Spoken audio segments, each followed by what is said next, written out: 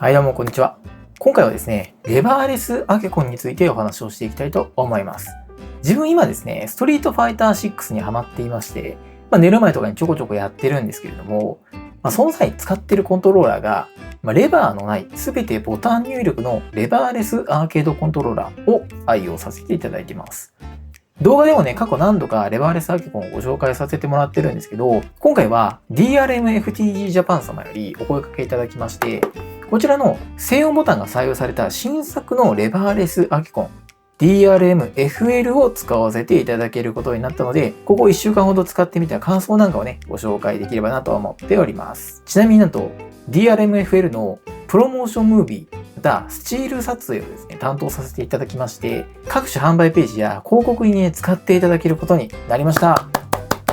すでに販売ページに載っていますので、ぜひチェックしてみてください。はい、ということで、まずね、簡単に概要からご紹介します。同封物なんですけど、この専用の袋と USB ケーブル、そして説明書と予備のボタン等々ですね、膝置き用の滑り止めがですね、同封されていますね。同封物はこんな感じです。で、本体に関してはこんな感じになっていまして、本体サイズは横 350mm、で縦が 230mm、で高さがですね、低いところがだいたい 19mm、で太いところがだいたい 43mm となっていまして、重量は約 1.2kg となっています。手を置いた時に自然な角度になるようにですね、傾斜が付けられておりまして、ちょうど手のひらが当たる部分、ここにですね、さらにもう一段階傾斜があります。これのおかげで、さらに手の置きやすさっていうところがアップしていまして、計算され尽くしたボディになっているかと思います。ボタンに関しては 24mm のボタンがメインになっていまして、親指のところだけ 30mm のボタンが採用されているといったような感じになっていますね。でこれまで紹介してきたハウテ42等のですね、こういったような薄型レバーレスと違ってですね、本体の厚みっていうのは結構あったりするんですけど、そもそも設計がですね、異なっていまして、というのも、こういったハウテ42などの薄型レバーレスに関しては、キーキャップが直接ね、刺さっているような状態になっていまして、基板にですね、こういう基板があるんですけど、ここに直接刺さっているような仕組みになっているのに対し、こちらの DRMFL はアケコン用の専用ボタンを搭載できる機種になっています。有名なところでいくと、3話ボタンって聞いたことないでしょうか？実際のアーケード機に搭載されているボタンでして、長年格闘ゲーマーに愛されているボタンなんですけど、DRMFL はそのボタンも搭載することができる機種になっているんですね。薄型レバーレスってその仕組み上カスタマイズできる範囲が狭くって、できてキーの交換やキーキャップの交換ぐらいなんですけど、この DRMFL はボタン自体をですね、自分好みのボタンに換装することができまして、例えばなんですけど、憧れのプロゲーマーさんが使っているボタンと同じボタンを使いたいなんて時にもですね、ボタンさえ用意できればすぐに入れ替えてこれで使えるという、そんな機種になっています。そして先ほどお話ししていた3話ボタンについては、少しね、ボタン自体の高さがあって、搭載させるためには本体の厚みもですね、ある程度分厚くなってしまうんですけど、この DRMFL は3話ボタンが搭載できる機種の中で最薄の厚みになるように設計されているというのも特徴の一つになるかなと思います。また DRMFL の FL とはフリーレイアウトの FL でございまして、ボタンの増設やレイアウトの変更ができるように、あらかじめ天板にいくつか増設箇所がですね、準備されております。やっぱり格ゲーをやっていくにあたって、自分にとって最適な配置っていうのをね、模索していくんですけど、通常のレバーレスだと、もう大抵の場合はレイアウトは購入時に決まってしまっていて、後からの変更っていうのができないんですよね。自作のアケコンとかであれば、自分で天板に穴を開けて増設したりすることもできるんですけど、もうそれはそれで結構ハードル高いですし、一回穴開けた後やっぱ違う場所が良かったとかってなった時に結構大変だと思うんですよね。その点 DRMFL は最初から18個ボタンが設置できる箇所が用意されていまして、一般的に必要とされるであろう位置、この辺だったりとかね、もうすでに準備されているんですよね。で、また嬉しいことに使わない箇所には専用の目隠しキャップっていうのが用意されていまして、穴を塞いでおくこともできるんですよ。で、これがまた作りが良くてですね、天板に対してフラットなまま穴を隠せるようになっています。なので気軽にレイアウトも変更できますし、指がこうやって当たったとしても全然気になることもないので、ほんとよく設計されてるなと思います。で、ここまでのお話をまとめると、3話ボタンも搭載できるアケコンの中で、最薄のコンパクト設計で、かつ自然な傾斜をですね、実現したボディ、またボタン交換の拡張性に加え、レイアウトのカスタマイズ性も兼ね備えた、他にはね、なかなかないレバーレスアケコンになっています。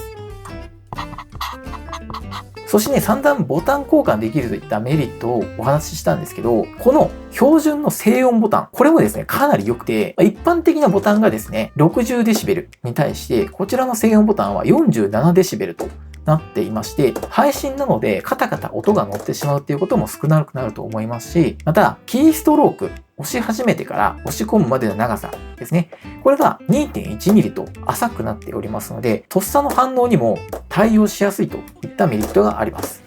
実際にこのアケコンを使い始めてから、インパクト返しの成功率はね、上がりました。なので、個人的にはこのボタンに今のところ何の不満もなく、ボタンを変更する予定がちょっとないので、アケコンボタン全然買ってなくてですね、ボタン交換をするところをちょっとお見せすることができないんですが、ボタン交換の様子を見たいよという方はですね、ぜひ、イオスケさんという方がレビューされている動画がですね、ありますので、そちらを見てもらえればなと思います。概要欄に URL 貼っておきますので、もうすでにね、見てるよって方も多いとは思うんですけれども、より詳しくアケコンについてね、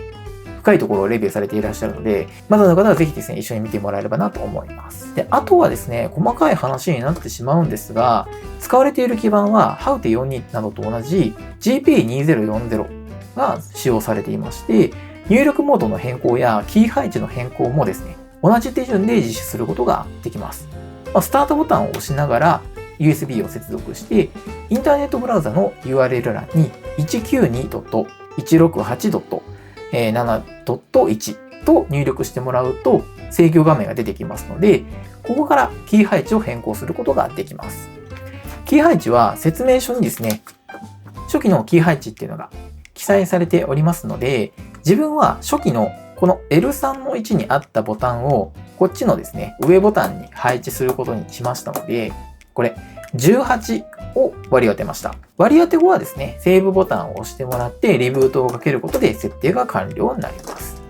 で、対応するデバイスは PC、で、Nintendo Switch、あと PS3 となっていますが、PS4、PS5 においては、Wingman などのですね、コンバーターを使用することで対応することができます。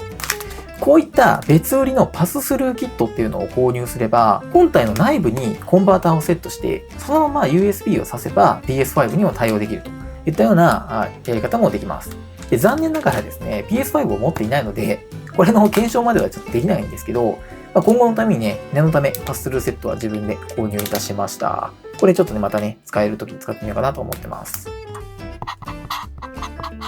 はい。そして、最後にね、こだわりが見えるアケコンになっていて、こちらの前モデルである DRM ファイティングボックスでユーザーからの改善要望のあった、膝置き時のですね、滑り止めだったりとか、あと USB Type-C への対応っていうところ、こういったところもしっかりと改善してきたですね、モデルになっています。ただ、一応気になる部分っていうところもありまして、実際に購入された方からのフィードバックももうすでにね、あったみたいなんですが、蓋を閉じる際のですね、ネジ止めについてですね、締めすぎると本体にガタつきが出てしまう場合があるみたいです。こちらは将来的にしっかりと締めても問題ないように改善予定とのことなんですが、現在時点ではネジをね、締めすぎないようにする必要があるのでご注意をいただければと思います。あとね、個人的な要望を言うと、メンテナンスやボタンの交換の際にですね、結構蓋開け閉めするので、ネジ締めじゃなくて、マグネット式とかであればね、嬉しいかなと思いました。共同的に難しいのかもしれないんですけど、DRM-FTG Japan 様、そこのところぜひご検討いただけると嬉しいです。